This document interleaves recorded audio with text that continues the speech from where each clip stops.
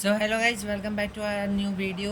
तो आज की इस वीडियो में हम करने जा रहे हैं चैप्टर नंबर 1 के न्यूमेरिकल्स। ठीक है, चलिए फिर शुरू करते हैं। पहला न्यूमेरिकल है कि an object of size 2 centimetre kept in front of a concave mirror at a distance 15 centimeter. A focal length is 10 centimeter. Find its position, height and nature. जो हमें वैल्यूज़ गिवन है कि जो हमारा ऑब्जेक्ट है उसका जो साइज़ है वो 2 सेंटीमीटर है, मतलब एच ओ मतलब हमारा 2 सेंटीमीटर है। ठीक है, मिरर के सामने ऑब्जेक्ट रखा हुआ है तो मतलब यू हमारा -15 हो जाएगा। मैंने आपको साइन कन्वेंशंस बताए थे कॉन्केव मिरर के कि कॉन्केव मिरर में सब यू वी और एफ है वो सब नेगेटिव होंगे। तो एफ भी हमारा नेगेटिव हो गया। हमने मिरर फॉर्मूला में पुट करा कि 1/f = 1/v + 1/u values put करके। हाँ, जब आपका ऐसा आ जाएगा बच्चे कन्फ्यूज हो जाते हैं तो इसलिए हम इसका रेसिप्रोकल कर देते हैं। तो ये आ जाएगा हमारा v = -30। ठीक है, उसके बाद मैग्नीफिकेशन के फॉर्मूला से एच आई हमारा 4 सेंटीमीटर आ जाएगा। ठीक है, और उसके बाद आप ये वाला न्यूमेरिकल देखिए कि size of a image of an object is reduced to 1/3 of its size.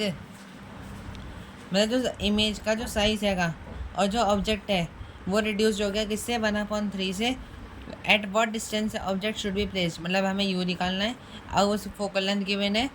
And if image is real, अगर इमेज रियल है तो उसका स्टेट बताना है कि कैसा होगा, क्या वो इन्वर्टेड होगी या फिर वो वर्चुअल एंड इरेक्ट होगी, सॉरी मतलब इरेक्ट होगी, या तो इन्वर्टेड या इरेक्टमेंट से बताना है। तो हमने लिख लिया कि H I = 1/3 H O. Magnification के फॉर्मूले में पुट करेंगे, ये आ जाएगा हमारा -3v, यू आ गया ये हमारा। ठीक है, उसके बाद हमने इस फॉर्मूले में पुट करा तो फिर v हमारा -40/3 आ रहा है। तो इससे क्या माइनस आ गया, तो रियल एंड इन्वर्टेड इमेज है। ठीक है गाइस, अब देखिए एन ऑब्जेक्ट ऑफ 4 सेंटीमीटर, मतलब एच ओ हमारा 4 सेंटीमीटर है। डिस्टेंस हमारा मतलब यू -25 है। कॉन्केव मिरर है तो माइनस में आएगा। एफ भी हमारा -15 सेंटीमीटर आएगा। वी निकालना है, साइज़ निकालना है और रे डायग्राम बनाना है। अब रे डायग्राम वाले केसेस में देखते हैं कैसा होता है। 1/f = 1/v + 1/u values put कर देंगे। सॉल्व करने के बाद v हमारा -37.5 आएगा। ठीक है, मैग्नीफिकेशन के फॉर्मूले में पुट करेंगे तब हमारा ये आएगा HI = 6 सेंटीमीटर। ठीक है, अब देखिए, अब इसमें बोल दिया आपको कि भाई रे डायग्राम बनाना है, रे डायग्राम बनाना है आपको। तो अगर आप देखें तो वैल्यूज़ इसमें क्या क्या गिवन है, एफ हमारा -15 है, मतलब फोकस से पोल तक का डिस्टेंस, तो हम इसे फोकाई मान लें, मतलब फोकस मान लेंगे। ठीक है, और उसके बाद जो हमारी फोकल लेंथ है वो उससे ट्वाइस पे होती है ना, r = 2f। तो फिर r मतलब रेडियस ऑफ मतलब सेंटर ऑफ कर्वेचर, तो फिर यहाँ पर हम इसे मान लेंगे -30। तो ये कुछ आपका इस तरह से आ जाएगा कि भाई हमने 15 पे तो वो मान लिया फोकस और 30 पे हमने सी मान लिया, मतलब सेंटर ऑफ कर्वेचर।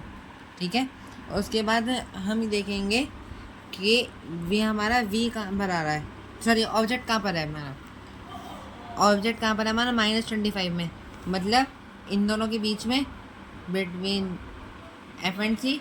जब यहाँ से ऑब्जेक्ट निकाला हमने 25 से, रे स्ट्राइक कराई मिरर से, यहाँ से नीचे निकली, यहाँ से फिर रिफ्लेक्ट बैक होगी, फिर ऐसे होके ये हमारा ऑब्जेक्ट यहाँ बन रहा है।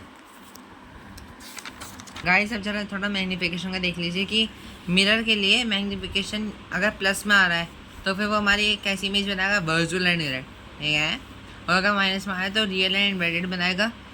m = अगर +2 है तो मतलब इमेज जो है वो वर्चुअल एंड इरेक्ट है, लेकिन अगर 1 से ज़्यादा है तो image is larger than the object. ठीक है, और अगर 1 से नीचे है तो वो स्मॉलर देन द ऑब्जेक्ट होगी। और अगर m = 1 नहीं आ रहा है तो मतलब ऑब्जेक्ट का है सेम साइज़ का है। और m = +1 का आपके में क्वेश्चन आएगा कि उसका बताओ क्या है, तो हम लिखेंगे the image is virtual and erect and is of same size. ठीक है गाइस, ये कुछ टॉप रेटेड क्वेश्चन होंगे जिन्हें आप करेंगे प्रैक्टिस के लिए।